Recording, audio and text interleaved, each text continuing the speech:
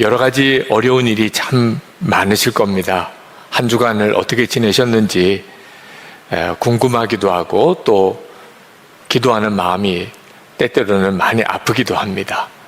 그러나 우리가 겪는 문제보다도 주님은 훨씬 더 크시고 놀라우신 것을 정말 믿으시기 바랍니다. 그래서 힘들 때일수록 더욱 주님을 바라보게 되기를 진심으로 축복합니다. 목회자들이 만나면 앞으로 많은 교인들이 교회를 떠나게 되지 않을까 그런 걱정들을 합니다. 교회에 모여서 예배하지 못하는 시간이 길어지고 이렇게 온라인 생방송으로만 예배하는 그런 것 때문에 오는 영향이 걱정스럽습니다. 그러나 또 한편으로는 저는 그런 생각도 듭니다. 그동안에 우리가 정말 예수를 믿고 살았는지를 점검해 보는 그런 시기이기도 하다는 것입니다. 진짜 예수를 믿은 것도 아닌데 그저 교회만 다니는 믿음으로 자기가 예수 믿은 줄로 생각했던 사람들, 그런 사람들이 얼마나 많을까? 하나님께서 이번 요 시기를 통하여 우리를 그렇게 가르시는 것은 아닌가, 그런 생각도 합니다. 리차드 범브란트 목사님께서 그리스도인은 두 부류로 나눈다고 말씀을 했습니다.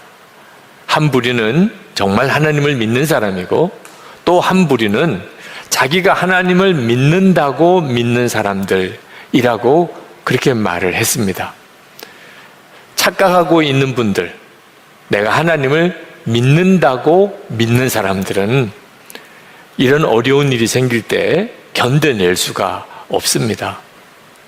그러므로 이런 어려운 때가 되었을 때 우리가 예전처럼 그저 다시 일상으로 돌아가서 모여서 이렇게 예배할 수 있는 날이 돌아오기만을 기도해서는 안 될 거라는 생각이 듭니다.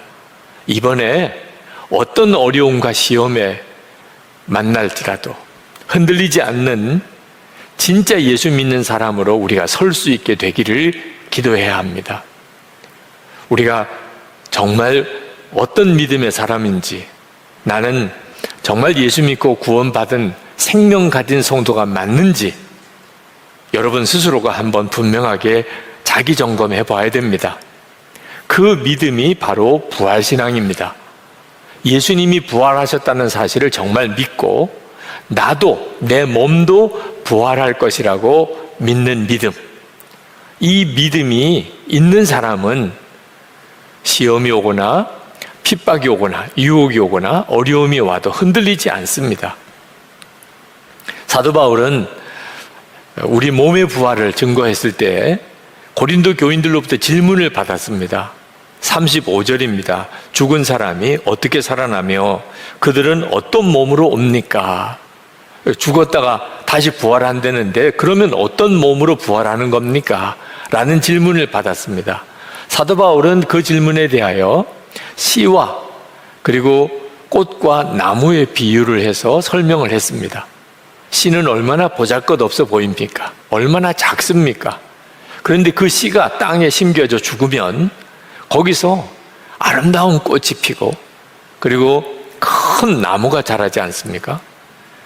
우리가 육신의 몸이 죽고 부활의 몸이 된다는 것이 이와 같이 놀라운 것이라고 그렇게 사도 바울은 증거합니다. 42절에는 썩지 아니하는 몸이라고 그랬고 43절에는 영광스러운 몸, 강한 몸이라고 했고 44절에는 신령한 몸이라고 했습니다. 우리가 지금 가지고 있는 이 육신의 몸과 부활의 몸은 차이가 있다는 겁니다. 어떤 차이냐 하면 하나님이 우리를 만드실 때 하나님의 형상대로 우리를 만드셨고 그리고는 대단히 보기에 좋아하셨습니다. 그 하나님의 형상을 닮은 창조하셨을 때 그 원형이 회복되는 겁니다. 부활의 몸은 전혀 엉뚱한 몸이 아닙니다. 49절에 이렇게 말씀합니다. 흙으로 빚은 그 사람의 형상을 우리가 입은 것과 같이 우리는 또한 하늘에 속한 그분의 형상을 입을 것입니다. 우리가 부활의 몸을 이제 가지게 될 때는 하나님이 원래 우리를 만드셨던 하나님의 형상이 그대로 다 드러나게 된다는 겁니다. 예수님이 재림에 오시면 이 땅에 하나님의 나라가 온전히 이루어지게 되는데, 그 하나님의 나라에는 누가 들어가게 되는가? 몸이 부활한 사람이 들어가는 겁니다. 그리고 그 몸은 완전히 변화된 몸, 온전한 몸, 하나님의 형상을 닮은 그대로의 몸, 그 몸으로 하나님의 나라에 들어가는 겁니다. 50절, 52절에 이렇게 말씀합니다. 형제, 자매 여러분, 내가 말하는 것은 이것입니다. 살과 피는 하나님의 나라를 유산으로 받을 수 없고 썩을 것은 썩지 아니할 것을 유산으로 받지 못합니다. 52절에 마지막 나팔이 울릴 때에 눈 깜빡할 사이에 호련히 그렇게 될 것입니다. 나팔 소리가 나면 죽은 사람은 썩어 없어지지 않을 몸으로 살아나고 우리는 변화할 것입니다. 여러분, 이 믿음이 엄청난 믿음입니다. 나도 내 몸도 부활할 것이라. 이 사실을 진짜 믿게 되면 빨리 죽고 싶어요. 그런 허무주의, 염세주의, 그런 생각이 다 사라져버리게 됩니다. 자기 자신을 다른 사람하고 비교하는 열등감, 비교의식, 나는 왜 이렇게 초라할까? 나는 왜 이렇게 못났을까? 나는 왜 이렇게 장애가 있을까? 그런 열등감과 좌절감이 다 사라지게 됩니다. 우리의 몸이 하나님의 영광스러운 온전한 몸으로 부활할 것이라. 세상에 사는 동안 100년도 못 되는 짧은 기간 동안에는 비록 내 몸이 죄에 여전히 묶여 있고 부족하고 보잘것없고 그리고 여러 가지 장애가 있다 하더라도 이제 하나님과 함께 영원히 사는 그때는 완전한 몸으로 내가 다시 일어나게 될 것이라. 이 사실을 정말 알고 나면 무엇 때문에 흔들리고 좌절하고 그리고 열등감에 무너지겠습니까? 요즘 같은 때가 아니었던 그 전에 주일 예배가 끝나고 나면 교우들과 대화 모임을 했던 적이 있었습니다. 한 번은 어느 젊은 남자 집사님이 발언을 하시겠다고 마이크를 받으셨어요. 그러면서 자기소개를 하시는데 아이가 있는데 정신지체 장애가 있다는 겁니다. 그러면서 목사님에게 질문을 하고 싶습니다. 하나님은 성경에 분명히 여호와 라파의 하나님이라고 하시지 않았습니까? 제가 그 질문을 듣는데 장애아를 둔 부모의 아버지의 그 아픈 마음이 확 느껴지더라고요. 하나님은 치유하시는 하나님이라고 분명히 성경에 말씀했는데 왜 우리 아이는 안 고쳐주시나요? 그런 마음이었습니다. 제가 그 집사님에게 무슨 대답을 드려서 마음이 시원할 수 있겠습니까? 참 마음이 쉽지 않더라고요. 그래도 성령이 주시는 마음을 의지해서 그 집사님에게 그런 대답을 드렸습니다. 하나님은 분명히 치유하시는 하나님 맞습니다. 여호와 라파의 하나님이십니다. 그러나 하나님이 모든 병을 다 고쳐주신다는 말씀은 아닙니다. 불치의 병도 실제로 현실적으로 우리가 경험합니다. 왜 하나님이 그렇게 하실까요? 이유는 딱 하나라고 생각합니다. 우리가 온전히 건강한 것보다 병을 가졌을 때 오는 유익이 있을 때는 하나님이 허락하신다고 저는 생각합니다. 실제로 겪어보면 몸이 건강하기 때문에 하나님이 잊어버리고 사는 사람 많습니다. 그런데 병 때문에 하나님을 찾게 되고 그것 때문에 그 영혼이 구원받은 경우를 저는 많이 보았습니다. 병으로 인해서 하나님 앞에 더 겸손해지고 전적으로 하나님만 의지하게 되는 일도 있습니다. 그래서 하나님께서 우리에게 병을 허락하시는 것 아닌가 그런 생각이 듭니다. 그리고 또 하나 분명한 것은 비록 우리가 몸이 병들고 또는 교통사고를 당해서 내 몸이 상하고 또는 장애가 있다 하더라도 주님이 재림하시는 날 우리 몸이 다 부활할 텐데 그때 우리 몸은 온전한 몸으로 부활하게 될 것입니다. 그렇게 말씀을 드렸습니다. 여러분, 우리 몸이 부활한다는 것은 장애를 가진 사람에게는 얼마나 큰 소망입니까? 자기가 다른 사람보다 좀 못생겼다고 늘 열등감 가진 사람에게는 이건 얼마나 놀라운 일입니까? 그러나 우리 몸의 부활은 장애를 가진 사람이나 사고를 당한 사람이나 어디 몸이 아픈 사람이나 또는 외모 때문에 열등감을 가진 사람에게만 복음이 아닙니다. 모든 그리스도인에게 이거는 엄청나고 놀라운 복음입니다. 죽음을 이기는 권세 있는 믿음이기 때문에 그렇습니다. 실제로 사도 바울은 우리의 몸도 부활한다는 사실을 그가 알게 되면서 그는 사망을 꾸짖는 자가 되었습니다. 오늘 성경에 보면 사도 바울이 55절에 이렇게 죽음을 조롱합니다. 죽음아, 너의 승리가 어디 있느냐? 죽음아, 너의 독침이 어디 있느냐? 저는 이 구절을 읽을 때 그렇게 마음이 통쾌한 마음이 들었습니다. 실제로 사람들은 다 죽음에 매여 삽니다. 죽음을 두려워하며 삽니다. 죽음 앞에서 왜 그렇게 우리가 초라해지고, 왜 그렇게 모든 게 다 허무해지고, 왜 그렇게 모든 게 슬퍼지고, 왜 그렇게 우리 자신이 약해지냐 말입니다. 실제로 베드로가 예수님을 그렇게 사랑하는 수제자였잖아요. 그런데 예수님을 3번씩이나 부인하고 저주까지 하게 된 이유는 죽음의 두려움 때문이었습니다. 죽음이 두려우면 그러면 십자가의 길을 가지 못합니다. 이것이 우리 자신이 가지고 있는 한계입니다. 그런데 우리를 바로 그 죽음의 두려움에서 건져주시려고 예수님께서 오신 겁니다. 십자가에 우리와 같이 죽으셨고 그리고 다시 부활하신 이유, 저와 여러분을 죽음의 두려움에서 건져내시려고 하신 것입니다. 히브리서 2장 15절에 또 죽기를 무서워함으로 일생에 매여 종로로 다는 모든 자들을 놓아주려 하십니다. 우리가 진짜 예수를 믿고 있는지, 죽음을 두려워하지 않는 권세 있는 믿음이 있는지를 보면 알 수 있는 겁니다. 지금 이 시대에 코로나19 확산으로 인해서 여러 가지 두려움과 염려가 우리를 엄습하고 있는 이때 내가 진짜 구원받은 예수 믿는 사람 맞나? 죽음도 두렵지 않은가 하는 것을 보고 확인해 보라는 것입니다. 그동안에 우리는 어떤 사람이 예수를 믿는다고 하면 그 사람의 신앙생활을 도와드리고 양육해 드렸습니다.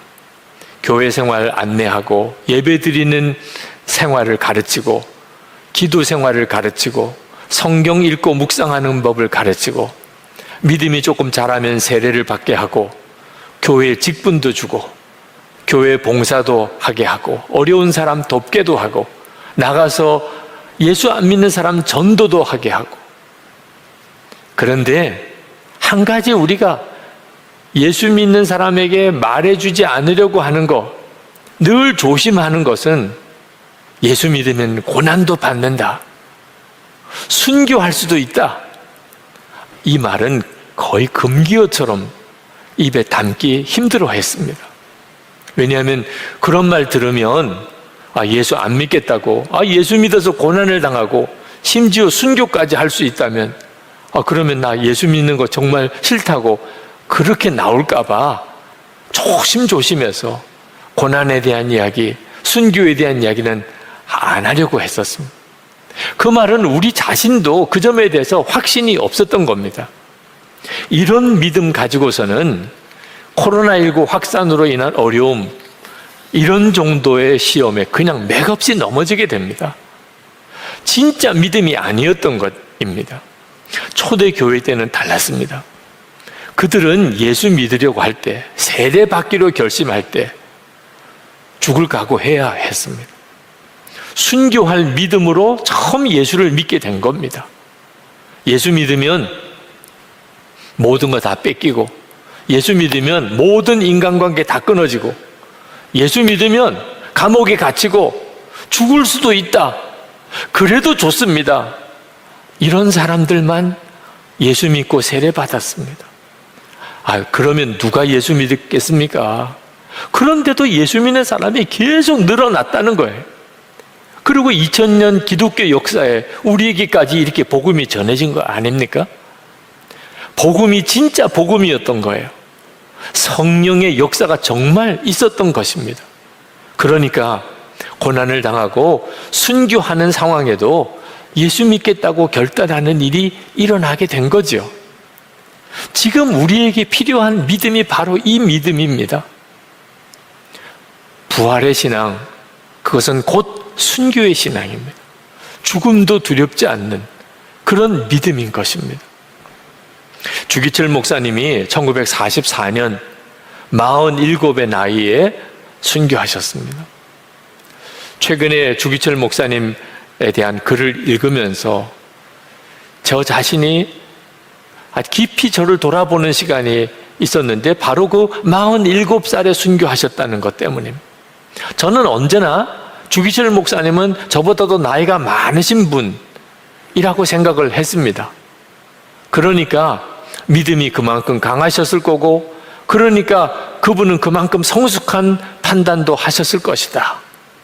그런데 어느덧 보니까 제가 순교하셨을 때 주기철 목사님보다 훨씬 나이가 많은 사람이더라. 주기철 목사님이 산정연교회에서 마지막 설교를 하셨을 때 그 설교 제목이 나의 5가지 소원입니다. 그 첫 번째 대지가 죽음의 권세를 이기게 하여 주시옵소서. 그 제목이었습니다. 제가 주기철 목사님의 그 첫 번째 대지 설교를 좀 요약해서 읽어드리겠습니다. 나는 바야흐로 죽음에 직면하고 있습니다. 나의 목숨을 빼앗으려는 검은 손은 시시각각으로 닥쳐오고 있습니다. 죽음에 직면한 나는 사망 권세를 이기게 하여 주시옵소서. 기도하지 않을 수 없습니다. 사망 권세는 마귀가 사람을 위협하는 최대의 무기입니다. 죽음을 두려워 의를 버리며 죽음을 면하려고 믿음을 버린 사람이 얼마나 많습니까? 베드로도 죽음이 두려워 가야바의 법정에서 예수를 부인하고 계집종 앞에서 3번이나 맹세하였으니 누가 감히 죽음이 무섭지 않다고 장담하겠습니까? 그러나 폐결핵 환자로 요양원에 눕지 아니하고 예수의 종으로 감옥에 갇힌 것은 얼마나 큰 은혜입니까? 자동차에 치여 죽는 죽음도 있는데 예수의 이름으로 사형장에 나가는 것은 그리스도인 최대의 영광입니다. 나의 사랑하는 교우 여러분, 그리스도의 사람은 살아도 그리스도인답게 살고 죽어도 그리스도인답게 죽어야 합니다. 죽음을 무서워 예수를 저버리지 마십시오. 풀의 꽃과 같이 시들어 떨어지는 목숨을 아끼다가 지옥에 떨어지면 그 안이 두렵습니까? 한 번 죽어 영원한 천국 복락, 그 안이 즐겁습니까? 나의 사랑하는 교우 여러분, 의에 죽고 의에 삽시다. 여러분, 예수는 살아계십니다. 그러니 예수로 죽고 예수로 삽시다. 그 설교 마지막에 내 영혼을 주님께 부탁합니다 하고 설교를 마치셨습니다. 지금은 순교의 시대가 아닙니다. 예수 믿는다고 감옥에 끌고 가거나 죽이지 않습니다. 그러나 주기철 목사님의 그 신앙과 지금 우리의 신앙이 달라서야 되겠습니까? 똑같이 예수 믿는 거 아닙니까? 그러므로 지금은 순교의 시대는 아니어도 우리는 여전히 순교의 신앙, 진짜 부활의 신앙 가지고 살아야 됩니다. 오늘날 왜 그렇게 많은 교회가 구설수가 생기고 시험이 생기고 그렇게 싸우고 다투는 겁니까? 왜 지금 이때의 교회의 영광이 가리워졌습니까? 왜 성도들, 예수 믿는 성도들의 삶이 진정으로 변화된 삶을 그렇게 살지 못하는 겁니까? 순교의 신앙, 진정한 부활의 신앙을 갖고 있지 않기 때문에 그런 것입니다. 나치 정권에 의해서 순교당했던 디트리트 본헤퍼 목사님, 나를 따르라라고 하는 책에서 그는 똑같은 이야기를 하고 계십니다. 십자가는 시작이다. 그리스도가 누군가를 부르실 때 그분은 그 사람에게 와서 죽으라 하신다. 예수님의 모든 명령은 죽음으로의 부르심이다. 우리의 모든 애정과 욕망과 함께 우리가 죽어야 한다는 부르심이다. 제자로의 부르심, 예수 그리스도의 이름으로 세례를 받는다는 의미는 죽음과 생명을 동시에 의미한다. 고난은 진정한 제자도의 표식이다. 우리가 만약 우리의 십자가를 지고 고난을 받으며 사람들로부터 거절당하는 것을 거부한다면 우리는 그리스도와의 친밀한 사귐을 빼앗기게 되는 것이며 더 이상 그리스도를 따르는 것을 멈추게 된다. 여러분, 주님의 십자가의 부르심은 고난의 부르심, 예수를 믿을 때 죽음을 각오해야 한다면 어떻게 그렇게 할 수 있겠습니까? 우리의 몸도 부활한다는 사실을 명확하게 알 때, 우리가 그저 죽으면 끝이 아니고 우리가 반드시 우리도 부활한다는 사실을 분명하게 믿을 때 비로소 그때만 순교의 신앙, 죽음으로의 부르심 앞에 순종할 수 있고, 그때만 진짜 부활의 주님으로, 부활의 능력으로, 죽음의 권세를 이기는 믿음으로 살 수 있는 겁니다. 사도 바울이 갈라디아서 2장 20절에 고백하기를 내가 그리스도와 함께 십자가에 못 박혔나니 그런즉 이제는 내가 사는 것이 아니요 오직 내 안에 그리스도께서 사시는 것이라, 이렇게 고백을 했던 바로 이 고백이 순교의 신앙, 부활의 신앙인 것입니다. 비록 지금은 순교의 시대는 아니지만 우리의 믿음은 동일해야 합니다. 내가 그리스도와 함께 이미 십자가에 못 박혔나니 이제는 내가 사는 것 아니요 내 안에 그리스도께서 사시는 것이라. 이 고백으로 살아가야 어떤 시험과 어떤 어려움이 온다 하더라도 능히 이길 수 있습니다. 이미 죽었는데 왜 죽음이 두렵겠습니까? 중국의 워츠만 리가, 그가 예수를 믿었지만 죄는 이길 수가 없었답니다. 그런데 어느 날 갈라디아서 2장 20절 말씀을 읽고 충격을 받았습니다. 그래, 맞다. 내가 이미 죽었구나. 죽은 자만이 죄에서 해방될 수 있구나. 그렇다면 이제부터 나는 죽은 사람이지. 그리고는 그가 아래층으로 뛰어내려갑니다. 거기 주방 아주머니를 붙잡고 이렇게 외쳤습니다. 아주머니, 워치만 리라는 사람이 죽은 거 아세요? 그 사람은 이제 죽었습니다.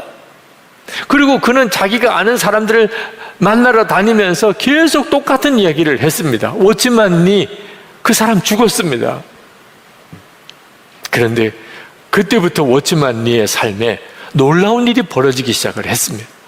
예수님의 생명의 역사가 일어나는 거예요. 자기 자신이 그것을 경험하게 된 거예요. 내가 예수님과 함께 이미 죽었다는 사실을 그가 진짜 믿고 그것을 고백하기 시작하면서부터 부활의 주님이 자기와 함께 계신 것, 자신의 삶에 역사하시는 것을 본인이 경험을 하게 된 것입니다. 지금 세상의 모든 것이 다 뒤틀어져 버린 것 같습니다. 자연재해나 또는 코로나19 전염병 같은 문제뿐만 아니고 죄가 이기는 것 같고 하나님을 모욕하는 자들이 잘 되는 것 같고 완전히 마귀 세상이 된 것처럼 그렇게 느껴질 때도 있습니다. 그러나 두려워하지 마십시오. 하나님이 반드시 이기십니다. 이것은 이미 정해진 사실입니다. 그래서 흔들리지 않아야 합니다. 사도 바울이 부활신앙을 그렇게 강조한 이유, 우리 몸도 부활합니다. 이 사실을 고린도 교인들에게 그렇게 말씀을 증거한 이유가 뭔지 아십니까? 58절에 나옵니다. 그러므로 나의 사랑하는 형제 자매 여러분, 굳게 서서 흔들리지 말고 주님의 일을 더욱 많이 하십시오. 여러분이 아는 대로 여러분의 수고가 주님 안에서 헛되지 않습니다. 부활신앙을 강조한 것은 그저 우리가 죽고 난 다음에 우리도 부활할 것이라는 사실을 그저 뜬구름처럼 무슨 어떤 전설이나 신화를 이야기하는 것처럼 말씀하려는 게 아닙니다. 우리의 몸이 부활한다는 사실이 진짜 믿어지면 지금 내 삶이 달라지니까 어떤 어려움이 와도 핍박이 와도 유혹이 와도 굳게 서서 흔들리지 않는 거예요. 오히려 더 열심히 주의 일을 하는 겁니다. 왜? 절대로 헛되지 않게 되니까. 부활의 그날, 우리 몸이 부활하는 그날, 그 하나님의 나라에서 우리가 누릴 그 영광이 말할 수 없이 크니까 말이에요. 우리가 죽어도 다시 부활할 것이라는 믿음 때문에 죽음도 이기는 권세 있는 믿음을 가지게 됩니다. 근데 이 믿음은 실제로 부활의 주님을 만난 사람에게 주어지는 겁니다. 사도 바울도 그가 부활의 신앙을 가진 이유가 부활의 주님을 만났기 때문입니다. 고린도전서 15장 8절에 그는 고백합니다. 맨 나중에 다리 차지 못하여 난 자 같은 나에게도 부활의 주님이 나타나셨습니다. 부활의 주님을 만나고 나니까 자기 자신의 부활도 믿어지게 되고 더 이상 죽음도 두려워하지 않는 사도로 살 수 있었던 거죠. 여러분 중에는 나도 부활의 주님을 만날 수 있을까요? 그런 질문하는 분이 있으실 겁니다. 대답은 물론입니다. 우리 초등학교 아이들이 주일마다 영상으로 주일 예배를 드립니다. 종료주일이었답니다. 십자가의 사랑에 대한 설교를 영상으로 그 아이들이 보았는데 초등학교 5학년 아이가 그날 예수동행 일기에 이렇게 일기에 썼다는 거예요. 예배를 드리고 나니 이런 생각이 들었다. 나는 죄인이고 하나님보다 게임 생각을 더 많이 하고 예배 드리기 싫어하는 아이인데 하나님이 정말 나를 위해 죽으셨을까? 그리고 내가 간절히 기도하면 나를 만나 주실까? 이런 생각을 해서 이번 주는 게임을 하지 않고 기도 시간을 늘리려고 한다. 얼마나 사랑스러운 결단입니까? 여러분, 이 아이에게 여러분은 뭐라고 대답을 하시겠습니까? 물론이지. 하나님은 너를 사랑하셔. 너가 게임을 좋아하고 예배 드리는 거 싫어해도 하나님은 너를 사랑하셔. 너가 정말 기도하면 하나님이 너를 만나 주시는 거 물론이야. 여러분, 그렇게 대답해 주지 않으시겠습니까? 여러분도 마찬가지입니다. 내가 부활의 주님을 만날 수 있을까? 내가 정말 주님과 그렇게 친밀히 동행하는 삶을 그렇게 살 수 있으며 나도 부활의 신앙을 가지고 살 수 있을까? 물론이지요. 하나님이 뭐라고 대답하시겠습니까? 내가 매일 일기를 쓰면 내가 그렇게 주님을 만날 수 있을까? 이번 특별 새벽기도에 내가 마음을 정하고 한번 참석해서 그렇게 하나님께 간절히 기도하면 주님이 내 영안을 열어주실까? 물론이죠. 우리 주님이 얼마나 그것을 원하시겠습니까? 여러분, 그저 옛날처럼 그저 교회나 잘 다니게 해주세요. 이제 그렇게 기도하지 맙시다. 이번 기회에 어떤 일이 있어도 심지어 그것 때문에 내가 순교해야 한다 할지라도 흔들리지 않는 진정한 믿음, 예수 그리스도를 정말 믿고 주님을 바라보고 주님과 동행하는 그 믿음으로 주님 나를 세워주옵소서. 이제 우리 같이 기도할 때 그것이 우리의 오늘의 기도 제목이 되었으면 좋겠습니다. 하나님, 제가 온전한 믿음으로 서기 원합니다. 하나님, 제가 예수를 믿었는데 정말 순교의 신앙, 그 신앙이 가능해지는 바로 부활의 믿음, 제가 분명하게 붙잡게 해 주옵소서. 그래서 우리 삶의 가정의 일터의 교회 안에 부활의 역사가 실제로 체험되게 해 주시옵소서. 우리 다 같이 기도하겠습니다. 성도 여러분, 추석 명절 잘 보내셨습니까? 코로나19 확산 때문에 아주 어려운 명절을 보냈습니다. 이와 같은 어려운 때에 우리가 참 조심해야 할 것이 하나 있습니다. 그것은 이기적인 생각을 가지고 자기만 생각하며 사는 것입니다. 우리가 예수님과 동행하게 될 때 우리 안에 일어나는 가장 놀라운 변화는 주님께 하듯이 서로를 섬기는 것입니다. 그가 예수님을 정말 바라보고 있다는 가장 놀라운 증거이기도 합니다. 우리가 다른 사람을 대할 때 그 사람에게서 주님을 보고 주님께 하듯이 그를 섬기는 것입니다. 사도 바울은 고린도 전서를 마무리하면서 고린도 교회 교인들에게 기근을 만난 예루살렘 교회를 위한 헌금 요청을 하고 있습니다. 사도 바울은 이 헌금이 1절에 보면 성도들을 도우려고 모으는 헌금이라 그렇게 표현을 했습니다. 그리고 3절에서는 여러분의 선물이라고 그렇게 말을 했습니다. 우리가 어떤 일을 위해서 헌금하는 것이 여러 종류가 있지만 그 중에서 특별히 성도들을 또 다른 사람을 돕기 위한 헌금이 있는데 이 헌금이 참 귀하고 또 복이 있는 헌금입니다. 이번 코로나19 확산으로 인해서 교회가 재정적인 큰 위기 상황을 맞이했는데 그런 중에도 참 놀라운 것은 구제 헌금이 폭발적으로 늘어난 겁니다. 제가 지금까지 목회하는 동안에 올해처럼 구제 헌금이 많이 들어온 해, 그리고 이렇게 많이 흘려보낸 해가 없었을 겁니다. 지난 특별 새벽 기도회 때 우리가 하나님께 받은 은혜에 대해서 감사 헌금을 드리면서 우리 교우들 중에 코로나19 때문에 어려움을 당한 이들을 돕는 일에 쓰겠다고 했을 때 그동안의 특별 새벽 기도 때 드렸던 헌금보다 비교할 수 없는 그런 헌금이 모아지는 것을 보았습니다. 제 마음에는 굉장한 감동이 되었습니다. 이유는 하나님의 은혜가 우리 가운데 여전히 풍성하다는 확실한 증거이기 때문에 그랬습니다. 사도 바울은 2절에서 예루살렘 교회를 위해서 헌금을 하되 중요한 원칙을 3가지 이야기를 합니다. 하나는 한꺼번에 그러니까 급하게 헌금하지 말고 매주 헌금을 하라. 두 번째는 모든 성도들이 다 헌금을 하라. 세 번째는 자기 수입에 맞추어서 헌금을 하라. 그러니까 헌금에 대한 기준을 정해주고 그렇게 헌금하도록 권합니다.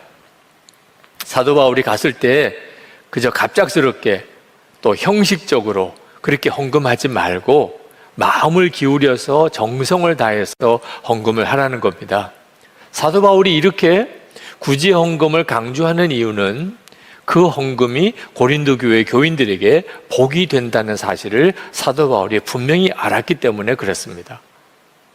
예수님께서 누가복음 6장 38절에서 이렇게 말씀하십니다.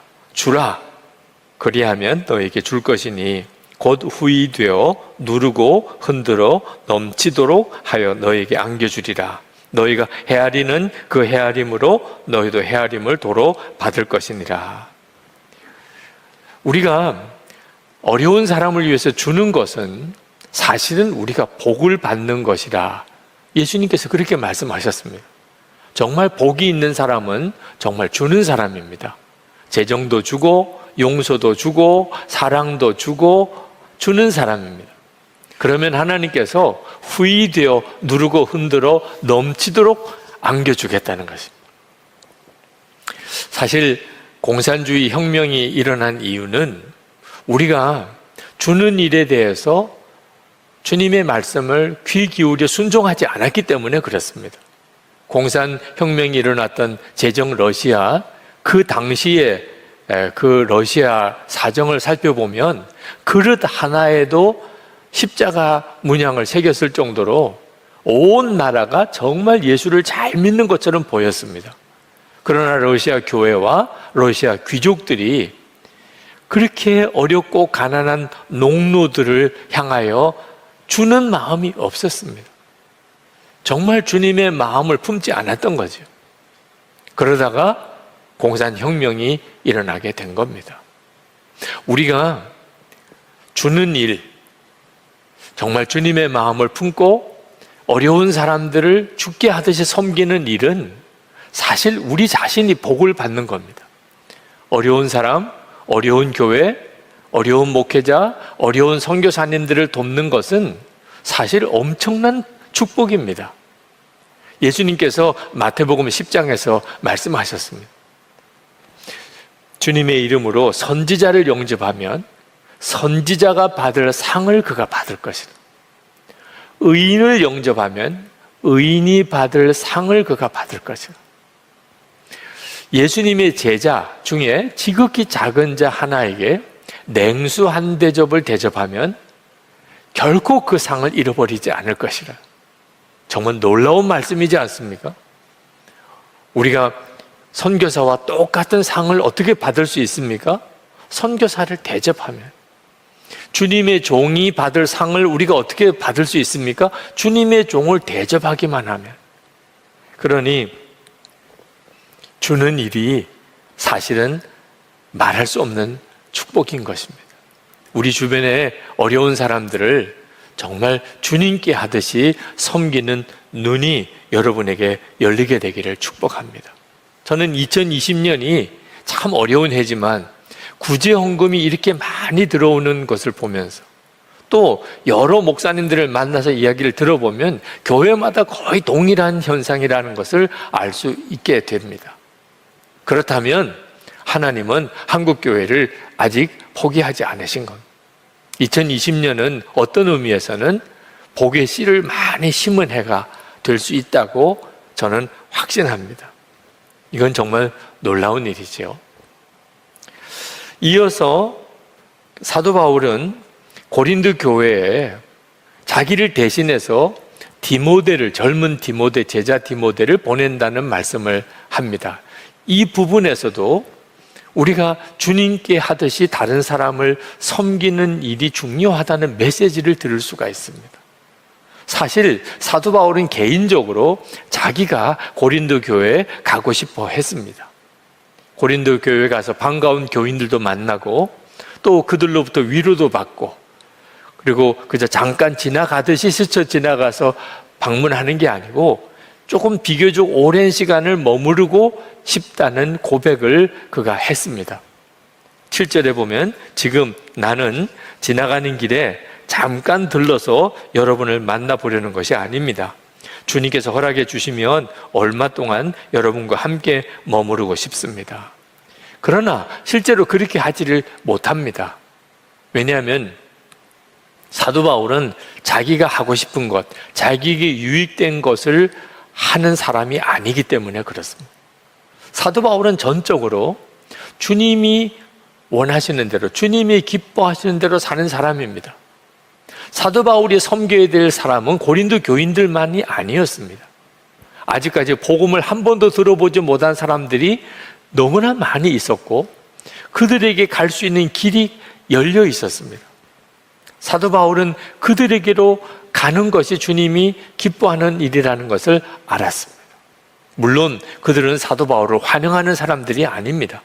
오히려 사도 바울을 너무나 어렵게 하는 사람들이었습니다. 그러나 사도 바울은 그들을 주님께 하듯이 섬겨야 했었습니다.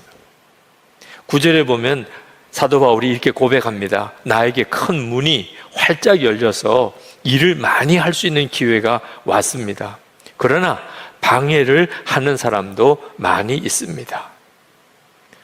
사도 바울은 가면 편안한 고린도 교회 교인들이 있지만 가면 자기를 핍박할 그 사람들을 향하여 갔습니다. 이것이 사도 바울이 가지고 있는 중요한 삶의 원칙이었습니다. 언제나 주님을 기쁘시게 하는 일을 해야 한다. 그리고 죽게 하듯이 사람을 섬겨야 한다는 것입니다. 여러분, 어떤 길이 하나님이 정말 원하는 길일까? 분별하기가 어려운 순간이 우리에게는 계속 닥쳐옵니다. 그러나 저는 지금까지 경험에 비춰보면 이제는 어떤 뚜렷한 지혜가 생기는 것을 느낍니다. 떠나고 싶을 때는 대부분 떠나지 말아야 될 때입니다. 떠나고 싶지 않을 때는 어쩌면 떠나야 될 때가 됐는지도 모릅니다.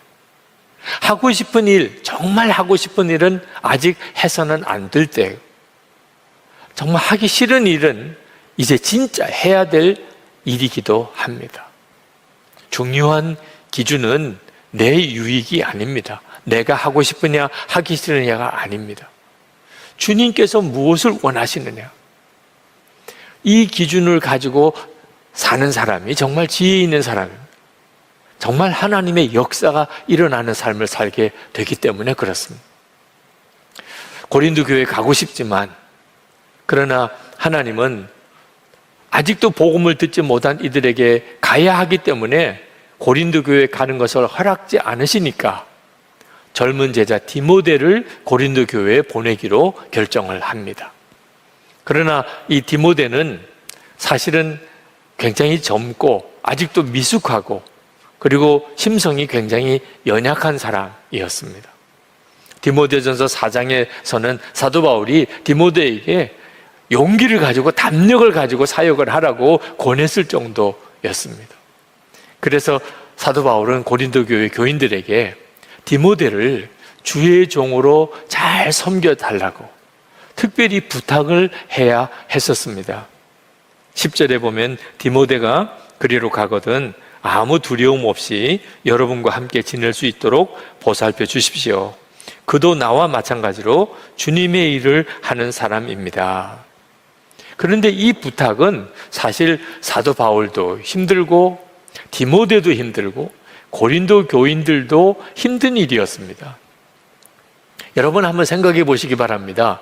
담임 목사가 신방 오기를 원하는데 담임 목사가 어느 전도사님을 대신 보냈다면 그 교인 입장에서 그 전도사님을 주님께 하듯이 그렇게 영접하기 쉽겠습니까? 지금 그와 같은 처지가 된 겁니다. 지금 사도 바울이 오기를 고린도 교인들은 간절히 원하는데 아주 젊은 디모데를 보낸 겁니다. 그리고는 그 디모데를 주님의 종이라고 그렇게 잘 대접을 해달라니 고린도 교인들이 과연 이것을 어떻게 받을 수 있었을까요? 지금도 우리 시대에 지금 온라인 생방송으로 이렇게 예배를 드리는 상황이 되니까 어느 특정한 목사에게로 설교를 듣는 사람들이 쏠리는 경향이 있습니다. 우리가 너무나 사람을 주목하고 있는 것입니다. 사실 목사나 전도사나 글을 쓰시는 분은 주님이십니다. 우리에게 있어서는 그 종이 중요한 게 아니고 그 주인이 중요한 것이죠. 우리가 정말 주님을 바라보는 눈이 열렸다면, 그렇다면 어느 목사나 어느 전도사님을 통해서도 우리는 은혜를 받을 수 있습니다. 지금 우리에게 있어서 그 눈이 뜨여야 하는 것입니다. 정말 중요한 때에 우리가 있습니다. 사실 사도 바울은 디모데보다도 아볼로를 먼저 고린도 교회에 보내려고 했습니다. 아볼로는 고린도 교회의 사도 바울의 후임자였습니다. 그는 구약 성경에 대해서도 아주 해박한 사람이었고 학자였고 설교도 아주 잘했고 말에 능이 있었고 유대인 학자들과 같이 논쟁을 할 때도 늘 이기는 사람이었습니다. 그래서 고린도 교회에는 아볼로를 좋아하는 교인들이 많이 있었고 아볼로파가 형성되어져 있었을 정도입니다. 어떤 뜻에서 보면 아볼로는 사도 바울과 경쟁자적인 입장에 있을 수도 있는 사람입니다. 그런데 사도 바울은 아볼로를 고린도 교회로 보내려고 했습니다. 당신이 가서 고린도 교회의 어려운 문제들을 좀 해결해 주고 오세요. 사도 바울은 인간적인 어떤 시기심이나 경쟁심이 없었던 사람이었습니다. 그는 오직 어떻게 하면 주님의 일이 더 잘 될까? 어떻게 하면 교회에 유익할까? 그 생각만 했던 사람입니다. 그러므로 아볼로에게 고린도로 가라고 부탁을 했었던 거죠. 그런데 아볼로가 거절을 합니다. 12절에 보면은 아볼로가 아직은 때가 아닙니다. 지금 고린도 교회에 가지 않겠습니다. 적절한 때가 오면 그때 가겠습니다. 라고 대답을 했다는 겁니다.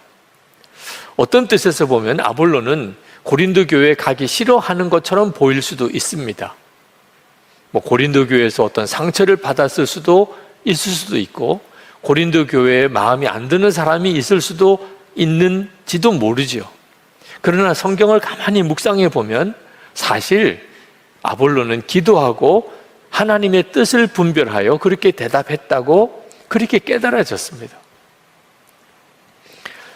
이 구절, 지금은 가지 않겠다고 했던 이 구절을 다른 번역본에 보면 이제 가는 것은 전혀 그에 대한 하나님의 뜻이 아닙니다 라고 그렇게 번역을 했습니다. 다시 말하면 아볼로가 하나님께 기도를 했던 거죠. 하나님, 제가 지금 고린도로 가야 합니까? 근데 아마 응답을 못 받은 것 같습니다. 하나님은 아직은 때가 아니라고 말을 했던 것 같습니다. 고린도에는 아볼로파가 있습니다. 아볼로를 좋아하는 사람들이 있습니다. 인간적으로는 가서 자기를 좋아하는 사람들이 더 많이 늘어나게 되는 일이 좋은 일이겠죠. 그렇지만 잘못하면 사람 중심의 교회가 될 수도 있는 것입니다. 아볼로가 고린도에 가서 실제로 고린도 교회 문제를 해결하기보다는 오히려 더 파가 더 갈라질 수도 있는 그런 어려움도 예상할 수도 있는 일입니다. 아볼로가 스스로 자기 자신이 나설 때가 아니라고 생각을 했던 거죠. 때가 되면 가겠지만 지금은 아닌 것 같습니다. 고린도 교회를 향한 주님의 마음을 찾으려고 하는 것, 사도 바울도 아볼로도 디모데도 다 사실 그 중심은 어떻게 하면 주님이 원하시는 길을 결정할 수 있을까 하는 것이었습니다.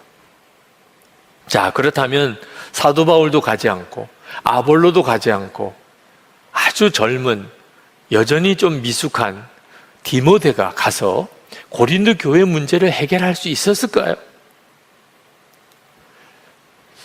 정말 주님의 종이라면 사도 바울이나 아볼로나 디모데나 무슨 상관이 있습니까? 역사하시는 분이 주님이시라면 종이 누구이든지 간에 그게 무슨 상관이 있겠습니까? 고린도 교회 교인들이 정말 주님을 바라보고 있다면 사도 바울이 오나 아볼로가 오나 디모데가 오나 무슨 상관이 있겠습니까? 그건 이론일 뿐이겠지요. 근데 그 결과는 고린도 후서에 나옵니다. 고린도 후서에 가서 우리가 참 감동을 받습니다. 아, 초대교회는 정말 주님을 바라보는 교회였구나. 저는 지금 우리도 똑같이 이런 믿음의 훈련을 받고 있다고 그렇게 생각합니다. 코로나19 상황으로 우리는 예배당 중심으로 모이는 일이 어려워졌습니다. 그런데 예배당 중심 신앙생활을 극복해야 할 절호의 기회가 온 거지요.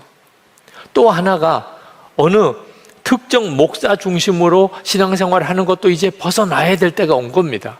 중요한 것은 우리와 정말 함께 계시는 예수님 그분이신 것입니다.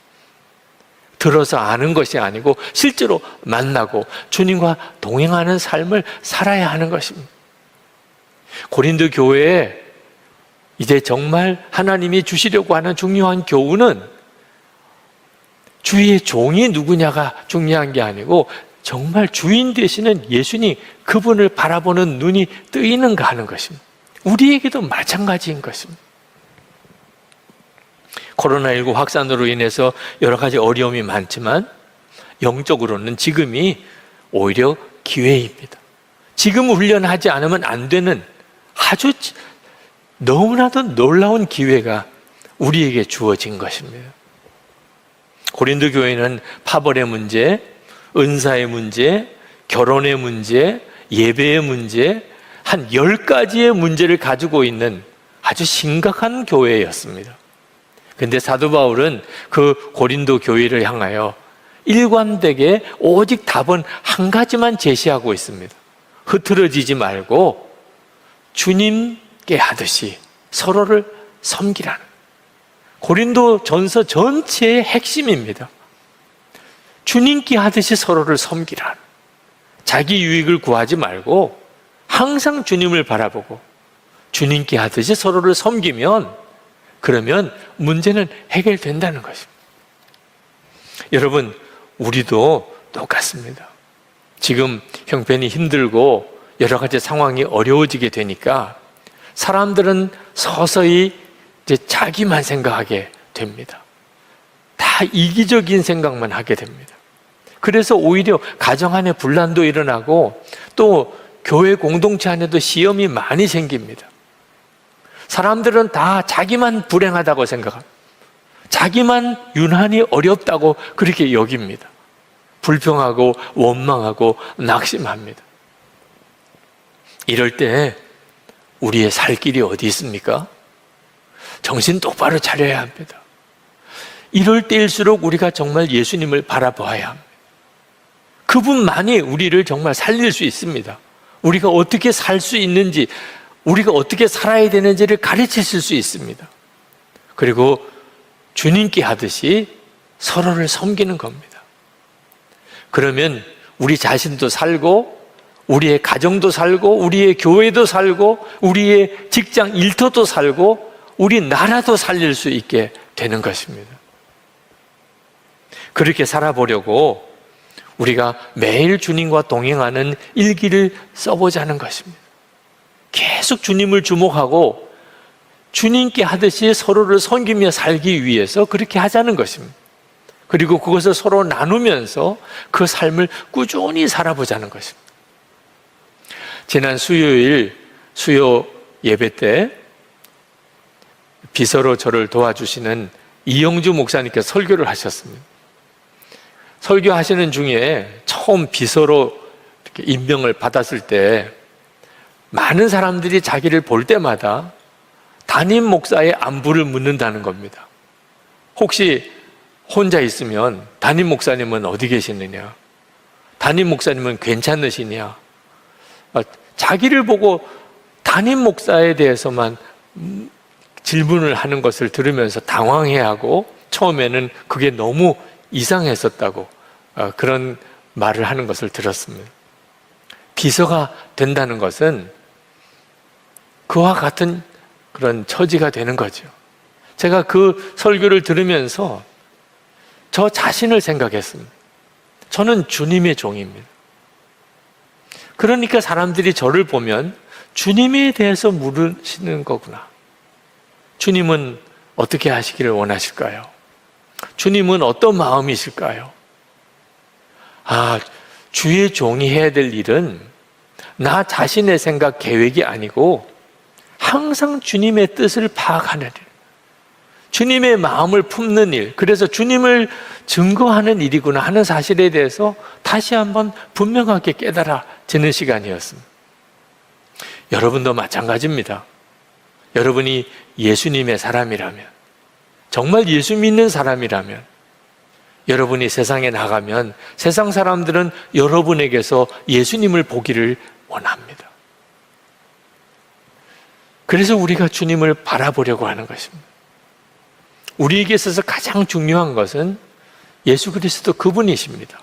누구를 대하든지 항상 주님께 하듯이 그 사람들을 대하게 될 때에 세상 사람들은 우리를 보고서 예수님을 만나게 되는 겁니다.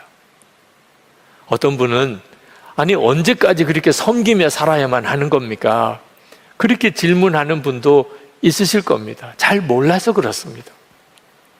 예수님을 인격적으로 알고 주님을 사랑하게 되고 주 예수님이 자기의 기쁨의 이유가 된 사람에게는 섬기는 것이 사실은 가장 큰 복입니다. 섬기고 주님을 섬기듯이 또 섬기고 가족을 그렇게 섬기고 교인들을 그렇게 섬기고 직장 동료들을 그렇게 섬기며 사는 것이 가장 큰 기쁨입니다. 왜? 주님이 그것을 기뻐하시니까. 나는 예수님 한 분이면 충분한 것입니다. 어떻든지 수많은 사람들에게 주님이 증거되면, 주님의 사랑이 전해지면 그것이 나의 가장 큰 기쁨인 것이죠. 이 사람이 진짜 지혜로운 사람입니다. 하나님 앞에 갔을 때 가장 복이 있는 사람일 것이기 때문입니다. C.S. 루이스가 쓴 천국과 지옥의 이혼이라는 책이 있습니다.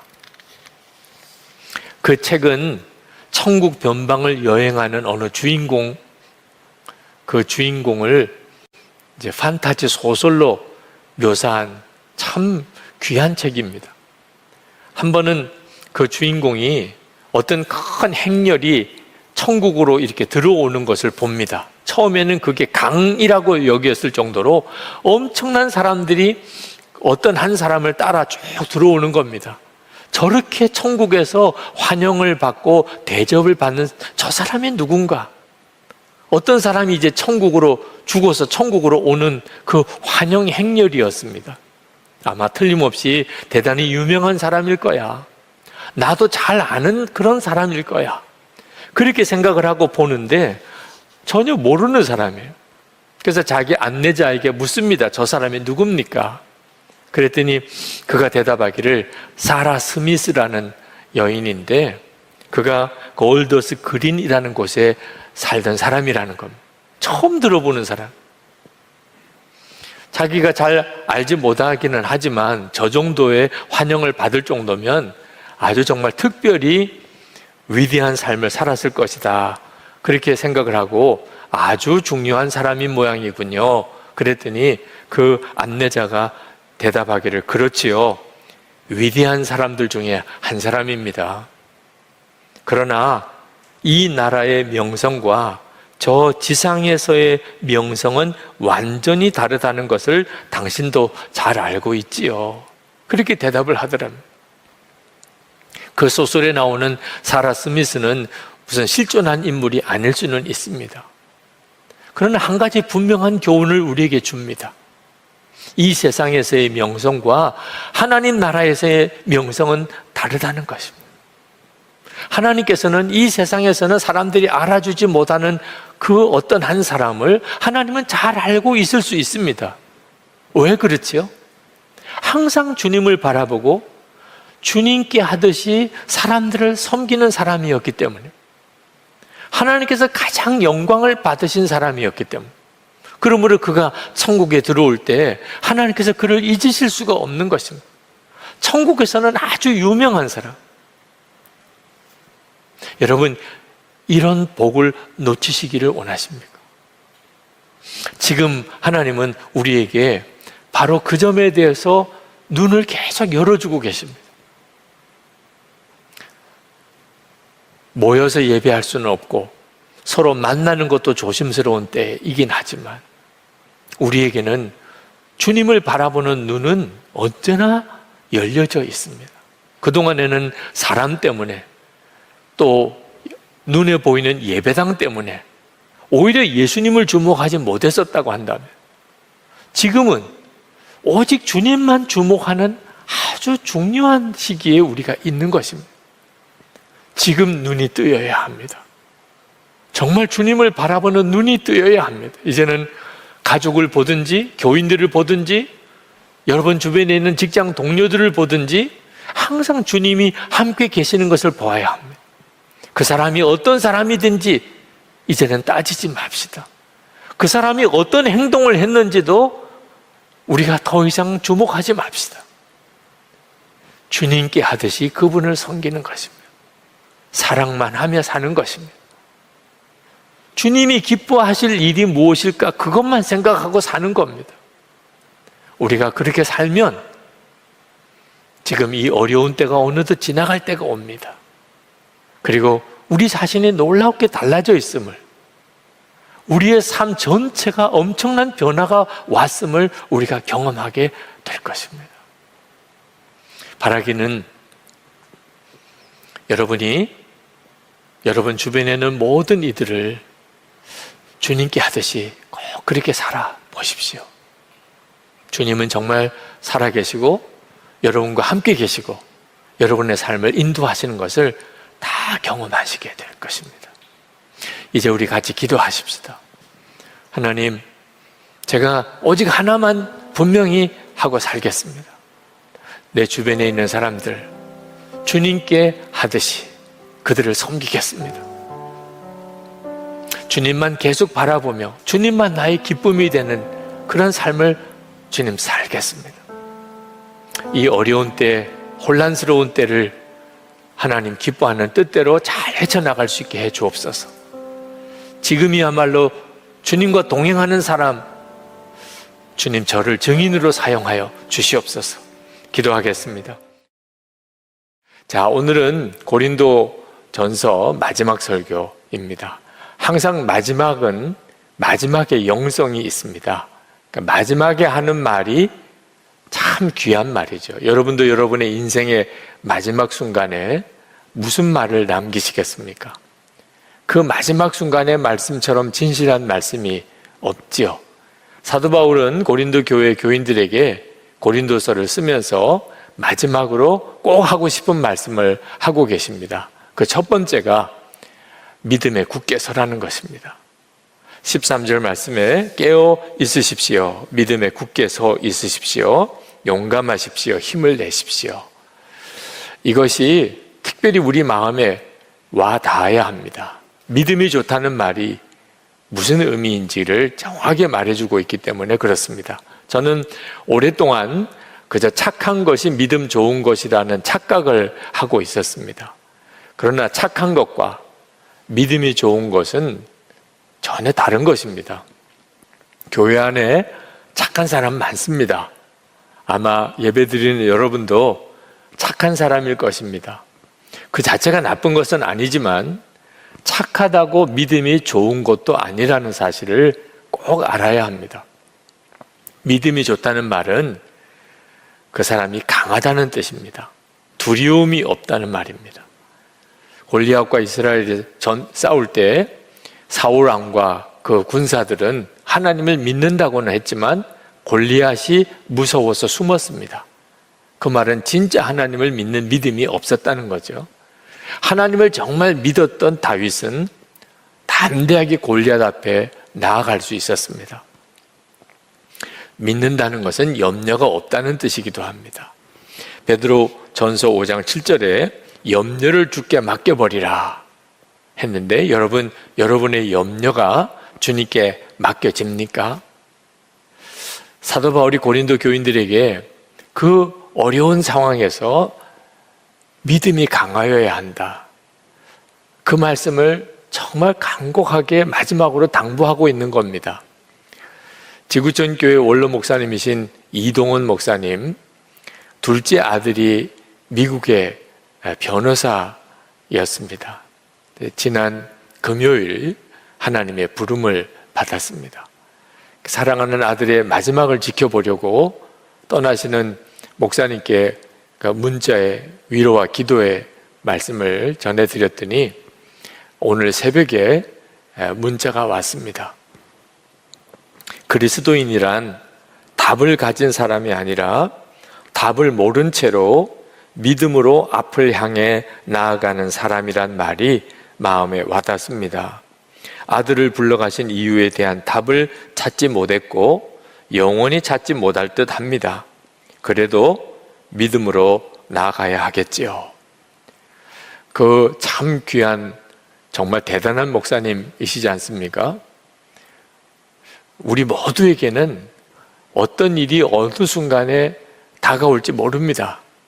믿음이 없으면 누구도 다 휘청거리고 넘어질 수밖에 없는 것이 우리의 인생입니다.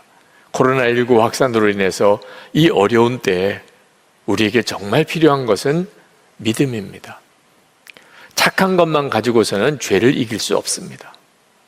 착한 것만 가지고서는 위기가 올 때 흔들리지 않냐고 서 있을 수 없습니다. 착한 것만 가지고서는 영적인 미혹이 올 때에 분별하고 강하게 대처할 수 없습니다. 여러분, 신앙의 가문이라는 거, 또 정통 교단에 속해 있다는 거, 예수 믿은 연한이 길다는 거, 특별한 성령 체험을 했다는 거, 그런 것을 더 이상 자랑하지 마시기 바랍니다. 아간은 여리고성에서 하나님이 손대지 말라는 보화에 손댔다가 온 이스라엘이 큰 위기를 맞도록 했던 장본인입니다. 아골골짝에서 돌에 맞아 온 가족이 다 죽었습니다. 그가 바로 유다 지파 사람입니다. 예수님의 제자 가룟 유다, 3년 동안 주님과 함께 동고동락 했으면서도 은 30에 예수님 팔아버리고 말았습니다. 아나니아와 삽비라, 오순절 마가다락방에 성령을 받은 사람 중에 한 사람입니다. 그런데도 그가 땅 판 거 일부를 감추고 거짓말하고 그리고 죽어나간 사람입니다. 도대체 우리가 무엇을 자랑할 것이 있겠습니까? 우리가 정말 겸손해야 합니다. 나는 진짜 믿음이 있는 사람인가? 우리는 깨어 있어야 하고 믿음에 굳게 서야 하고 용감해야 되고 그리고 정말 힘을 얻어야 합니다. 고린도 시대의 그때 상황은 지금과 비교해서 말할 수 없이 어려웠던 때입니다. 지금도 한국 교회가 위기다, 어려움이 많다고 하지만 고린도 시대의 그 고린도 교회에 비하면 우리는 정말 너무나도 좋은 여건 속에 있습니다. 그 고린도 교회 교인들에게 사도 바울은 권합니다. 믿음에 굳게 서야 한다는. 우리에게도 마찬가지죠. 그러나 믿음에 굳게 서고 믿음이 강하다는 것만 끝이 아닙니다. 반드시 하나가 더 가야 합니다. 모든 것을 사랑으로 행할 수 있는 사람이 되어야 하는 거죠. 14절 말씀해 보면 모든 일을 사랑으로 하십시오. 믿음은 강하기만 해서 되는 게 아닙니다. 원수도 사랑할 수 있는, 누구든지 품을 수 있는 그런 사람이 되지 않으면 그는 온전히 예수님의 사람 아닙니다. 그러므로 우리가 믿음은 아주 강한 믿음을 가져야 하겠고, 그러면서도 반드시 모든 것을 사랑으로 행하는 자가 되어야 합니다. 그러면 해결 안 될 문제가 없습니다. 고린도 교회에 주신 이 믿음을 굳게 하고 그리고 모든 일을 사랑으로 하라는 이 말씀은 지금 코로나19로 인해서 어려움을 겪는 우리에게, 우리 한국 교회에게 주시는 하나님의 유일한 답입니다. 우리가 믿음을 굳게 하고 오직 사랑으로만 하면 해결 안 될 문제가 없습니다. 그러나 사도 바울이 이렇게만 말씀하고 끝내버렸다면 너무 아쉬웠을 겁니다. 왜냐하면 정말 놀라운 복음이고 성경의 진리라면 반드시 증인이 있게 마련이기 때문에 그렇습니다. 정말 이 복음으로 살아낸 사람이 있는가? 믿음이 굳고 그리고 모든 걸 사랑으로 하는 바로 그 사람이 고린도 교회에 있는가 하는 것입니다. 제가 나가서 나는 죽고 예수로 사는 복음, 예수님과 친밀히 동행하는 삶에 대해서 증거할 때 이따금 저에게 물어오는 분들이 계십니다. 선한목자교회는 나는 죽고 예수로 사는 교인이 거기에는 있습니까? 그 질문을 받을 때 당황스럽기도 하지만 감사했습니다. 선한목자교회 모든 교인들은 다 나는 죽고 예수로 살지요, 이렇게 안 물어온 게 너무 감사한 것. 아마 그렇게 물어왔다면 저는 솔직히 대답을 못했을 겁니다. 그런데 그런 사람도 있나요? 선한목자교회는 있나요? 물론이죠. 복음의 능력은 그 말씀으로 살아내는 증인이 있을 때 진짜 능력인 겁니다. 그래서인지 사도 바울은 고린도 교회에 그 증인을 소개하고 있습니다. 그 첫 번째 사람이 스데바나입니다. 15절 말씀에 형제 자매 여러분, 나는 여러분에게 권합니다. 여러분이 아는 바와 같이 스데바나의 가정은 아가야에서 맺은 첫 열매요 성도들을 섬기는 일에 몸을 바친 가정입니다. 스데바나를 소개하면서 열매라고, 아가야에서 맺은 첫 열매라고 말을 합니다. 이 말씀은 단순히 복음을 듣고 예수를 믿었다는 뜻이 아니고 실제로 그 복음으로 살아내는 증인이라, 그런 뜻입니다. 그래서 스데바나를 성도들을 섬기는 일에 몸을 바친 가정입니다, 이렇게 표현을 한 겁니다. 아, 이 사람이 정말 나는 죽고 예수로 사는 십자가의 복음, 살아계신 주님을 만난 증인이구나. 성도들을 위하여 몸을 바친 가정이라는 거죠. 그저 종교 안에 기독교인이다 이렇게 쓴 정도로 끝난 게 아니라는 것입니다. 스데바나는 브드나도 또 아가이고와 함께 에베소에 있는 사도 바울을 찾아갔습니다. 지금 이 고린도서를 에베소에서 썼습니다. 사도 바울이 얼마나 기뻤는지, 그렇지 않아도 고린도 교회를 찾아가고 싶었는데 고린도 교회에서 스데바나와 브드나도와 아가이고가 자기를 찾아와 주었습니다. 고린도 교회 소식을 전해 주었고 고린도 교인들을 다 만난 것 같은 기쁨을 얻었노라고 그랬습니다. 그런 사람이었습니다, 스데바나는. 그러면서 사도 바울은 스데바나가 자기에게 생기를 불러 일으키는 사람이었다고 고백을 합니다.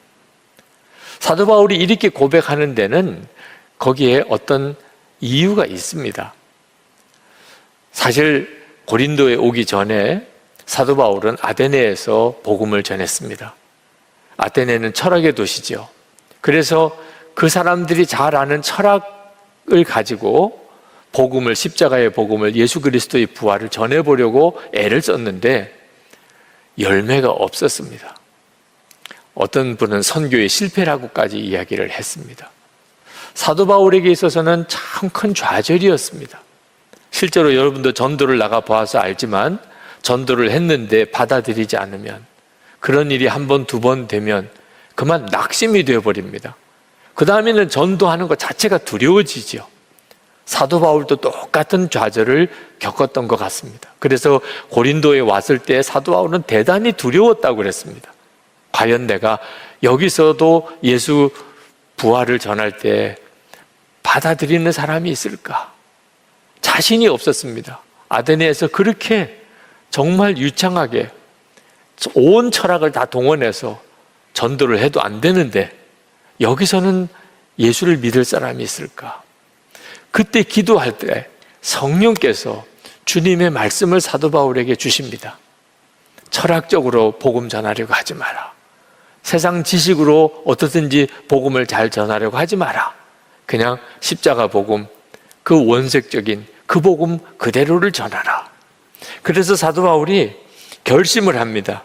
내가 이제부터는 십자가 외에는 아무것도 알지 않기로 작정하였다고. 그래서 고린도에서 복음을 전하기 시작을 한 겁니다. 그런데 열매가 맺어진 겁니다. 첫 열매, 스데바나였습니다.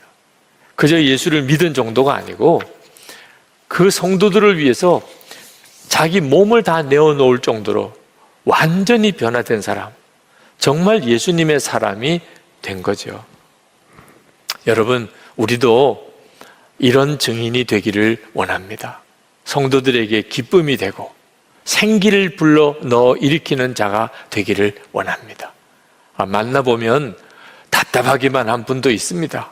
맨 부정적인 이야기만 하고 안 되는 이야기만 하고 못한다는 이야기만 하는, 여러분들은 그런 사람 되지 않기를 원합니다. 우리는 서로에게 기쁨의 존재입니다. 생기를 불어넣어 일으키는 존재가 되도록 하나님이 우리를 부르신 것입니다. 사도 바울은 이어서 아굴라와 브리스길라 부부를 소개합니다. 19절에 아시아에 있는 교회들이 여러분에게 문안합니다. 아굴라와 브리스가와 그 집에 모이는 교회가 다 함께 주님 안에서 진심으로 문안합니다. 이 아굴라와 브리스가 부부는 고린도에서 만난 사람입니다. 사도 바울은 아테네에서 선교의 실패를 겪고 좌절해서 고린도로 왔고, 이 아굴라와 브리스가 부부는 로마에서 살다가 추방을 당해서, 그래서 아주 힘든 상황에서 고린도로 왔습니다. 그런데 두 사람이 다 이 천막을 만드는 그런 직업을 가지고 있었습니다. 거기서 만났습니다. 함께 일하면서 사도 바울이 그 아굴라와 브리스가 부부에게 예수 그리스도의 부활의 복음을 전했습니다. 놀라웠게도 그분들이 그것을 받아들였습니다. 그저 예수 믿은 정도가 아니고 사람이 완전히 바뀌어서 사도 바울의 동력자가 되었습니다. 사도 바울이 고린도에서 떠나서 이제 복음을 전하러 떠날 때 이 아굴라 브리스가 부부가 함께 사도 바울과 동력하게 됩니다. 그리고 그들은 천막 만드는 일을 하면서 사도 바울의 선교 후원자, 모든 생활비와 선교비를 충당하는 역할을 했었던 것 같습니다. 지금 이 아굴라 브리스거 부부의 집이 그 에베소의 교회가 되어 있는 것을 보게 됩니다. 이런 사람이 증인인 거죠. 사도 바울이 전하는 복음은 그저 말로 그친 것이 아니었습니다. 도처에 그 복음으로 살아내는 증인들이 일어났습니다. 그러니 사도 바울의 이 복음이 강력했던 것이죠. 근데 사도 바울이 갑자기 마지막에 너무나 두려운 말씀을 하고 계십니다. 21절에 보면 나 바울은 친필로 인사의 말을 씁니다. 이제 대피를 해서 받아 적게 해서 고린도서를 썼지만 이제 이 부분에 가서는 사도 바울이 자기 손으로 친필로 썼다는 겁니다. 도대체 무슨 말을 한 거죠? 누구든지 주님을 사랑하지 않는 사람은 저주를 받으라. 세상에 이게 무슨 인사입니까? 아니 갑자기 이렇게 충격적이고 들으면 불쾌할 것 같은 말씀을 왜 마지막에 하시는 겁니까? 여러분 중에도 주님을 사랑하지 않는 사람은 저주를 받으라. 여러분 마음에도 마음이 불편하신 분이 있으실 수도 있잖아요. 그러나 사도 바울이 이렇게 말씀하신 것은 우리를 두렵게 하거나 불편하게 하거나 화나게 하거나 상처를 주려고 하신 말씀이 아니고 실제로는 우리를 정말 살려내려고 우리를 정말 사랑하니까 우리에게 꼭 전해줘야 될 말씀이니까 주시는 말씀입니다. 처음 제가 이 교회에 와서 우리 장로님들과 교우들과 함께 성지순례를 갔었을 때 인상 깊은 그런 교회가 있었는데 베드로가 예수님으로부터 3번 사랑하느냐 하는 질문을 받았던 그 교회, 갈릴리 호숫가에 있는 그 교회에 갔습니다. 정원이 있길래 그 정원에서 우리가 예배를 드리기로 했습니다. 자, 찬송가는 고민할 필요도 없지요. 갈릴리 호숫가에서 주님께서 시몬에게 물으셨네. 넌 날 사랑하느냐? 주님, 주님께서 아십니다. 그 찬송이 그 자리 딱 그 찬송이 맞는 거죠. 그래서 예배 드리면서 그 찬송을 불렀습니다. 갈릴리 호숫가에서 주님께서 시몬에게 물으셨네. 거기까지는 잘 불렀어요. 넌 날 사랑하느냐? 그 부분에 가서는 딱 목이 막히더라고요. 만약 주님이 나에게 이렇게 물으신다면 그런 느낌이 드는 거예요. 저만 아니고 함께 했던 우리 교우들이 다 그 부분에 가서 함께 따라 부르지를 못하시는 겁니다.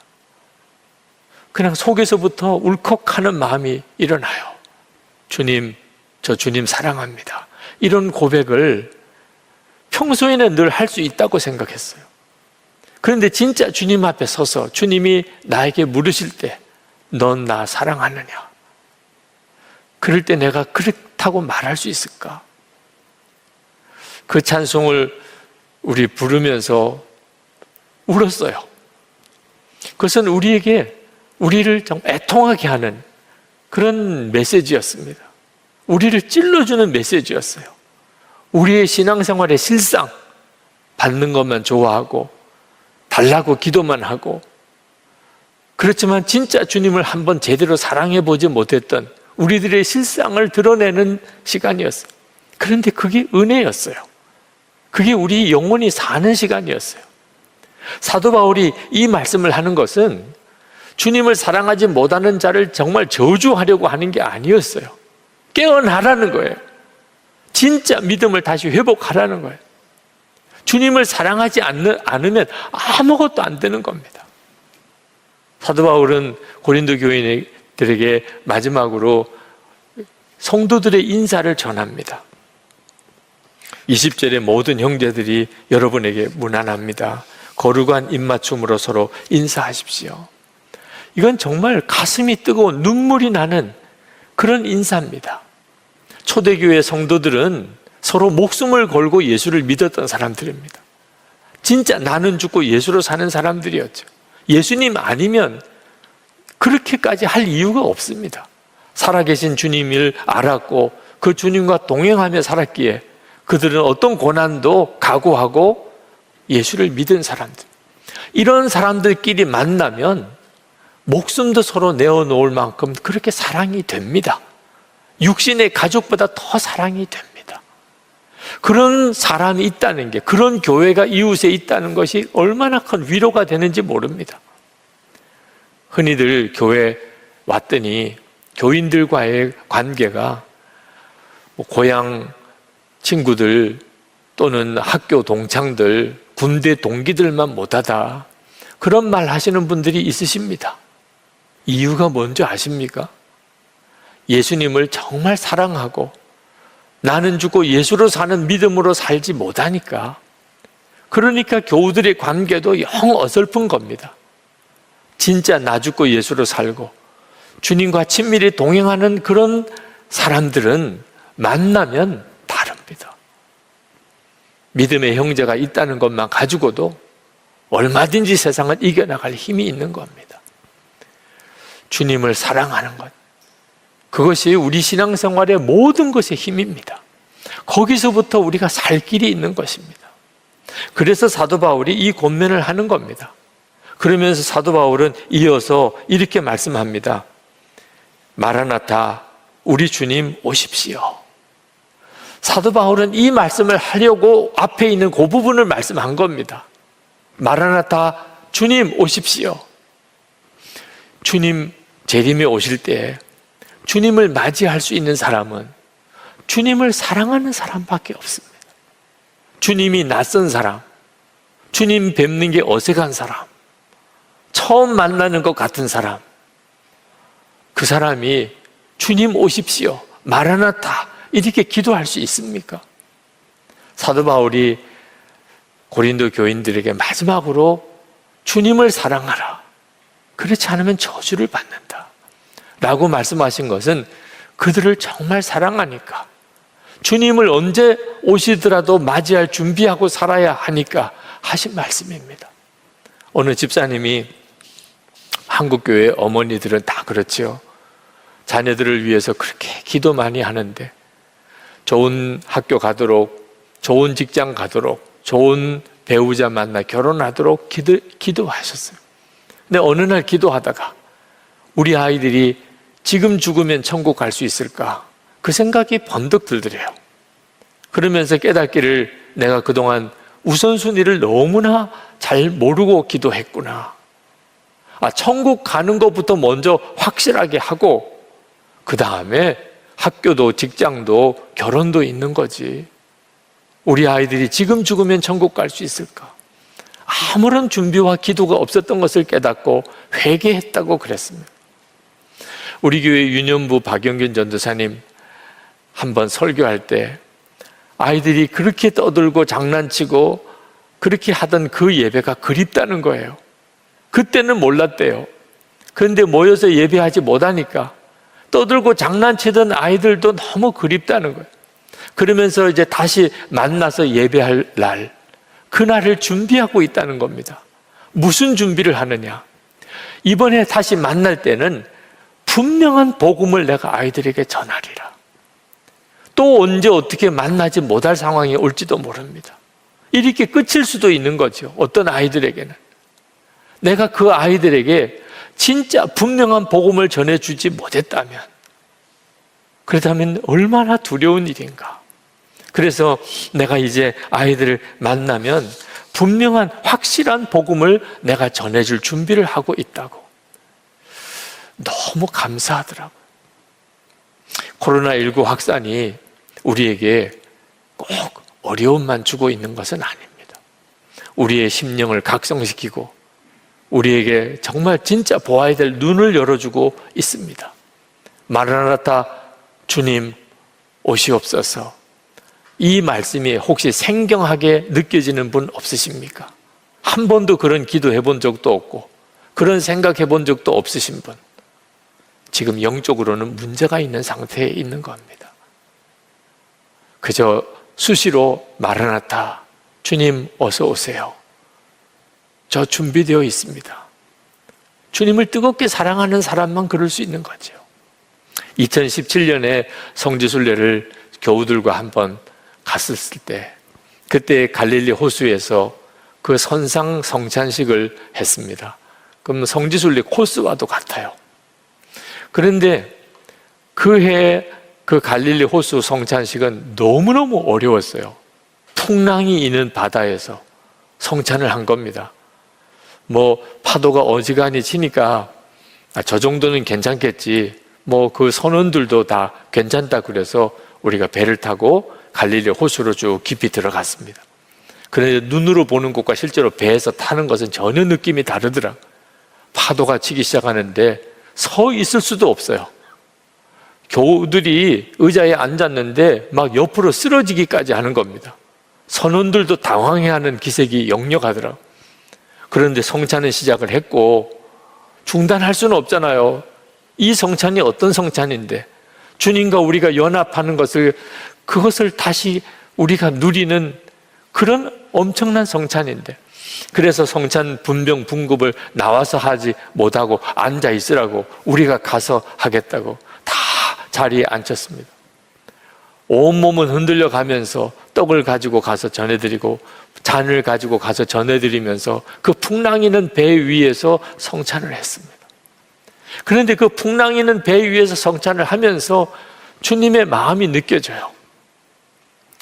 어떤 형편과 처지에서도 내가 너를 사랑하는 것, 너와 한 몸이 된 것을 절대로 잊지 말라. 절대 두려워하지 마라. 믿음에 흔들리지 말라. 정말 너무나 생생한 상황입니다. 코로나19 확산으로 인해서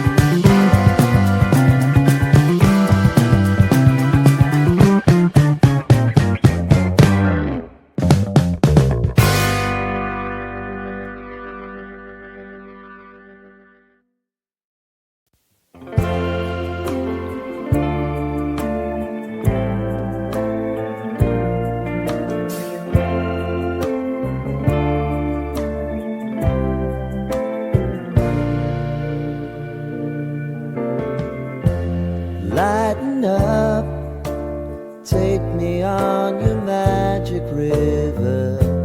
Tell me all your dreams align. Sign me up and tell me about the people that you know who are trying to feel alive.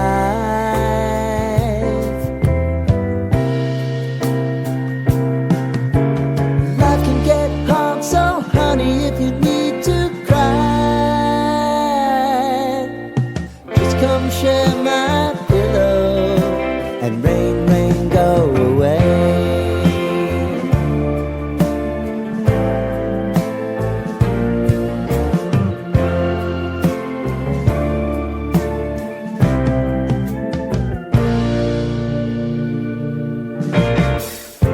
I wanna hear about everything you're ever thinking.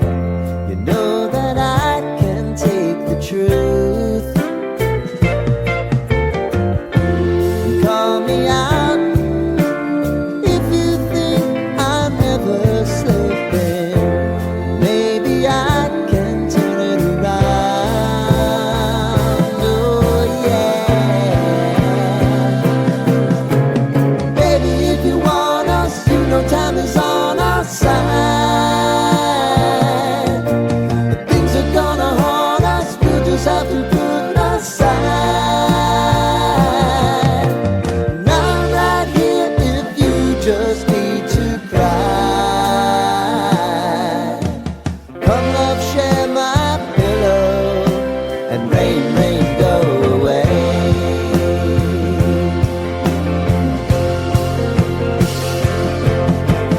Been some time since you fixed me. I'll never forget your time.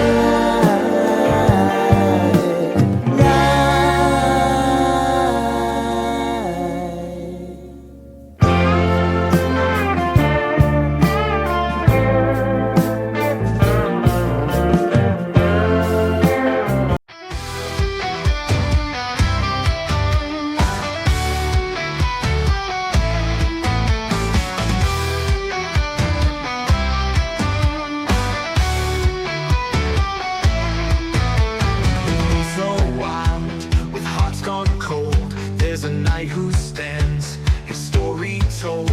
He rides with grace, in armor bright, fighting the dark with love, not might. He lifts the broken, gives them hope. With gentle words, he helps them cope. No sword of steel, but heart of gold. He leads with warmth, his spirit bold. He's got no shield, just open arms. Spreads the light and stops the harm. It's cooler to be kind, let the love unwind. The white knight's way is the path we find. In a world that's lost, he shows the light. It's cool to be kind, it's cool to do right. He's a hero with no fight, just love in his hands, spreading hope across the lands. It's cooler to be kind, to lift and to shine. The white knight's way, a love divine.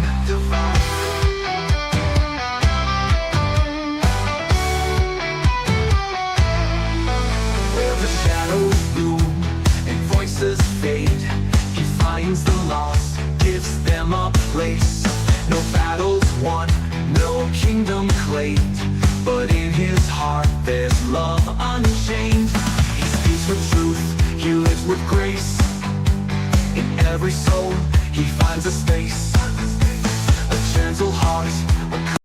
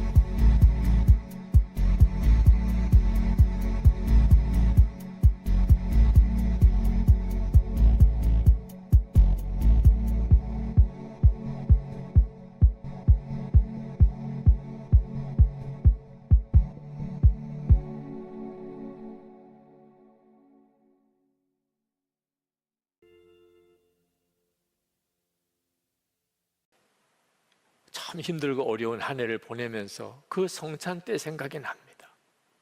두려워하지 마라. 흔들리지 마라. 내가 너와 함께 하는 것을 정말 믿으라. 2020년 쉽지 않은 해가 되겠지만 또 한편으로는 큰 간증의 해가 됩니다. 여러분, 믿음을 굳게 하고 모든 일을 사랑으로 하십시오. 그러면 반드시 놀라운 간증이 올 한 해 있게 됩니다. 이제 우리 같이 기도하겠습니다. 여러분, 고린도서를 다 읽었습니다. 사도 바울이 정말 하고 싶은 말씀, 무슨 일이 있어도 믿음을 굳게 하라. 영적으로 깨어 있으라. 용감하라. 힘을 얻으라. 그러면서 무슨 일이든지 사랑으로 하라. 아멘입니다. 주님, 저를 그 증인으로 삼으십시오. 제가 그 증인이 되겠습니다.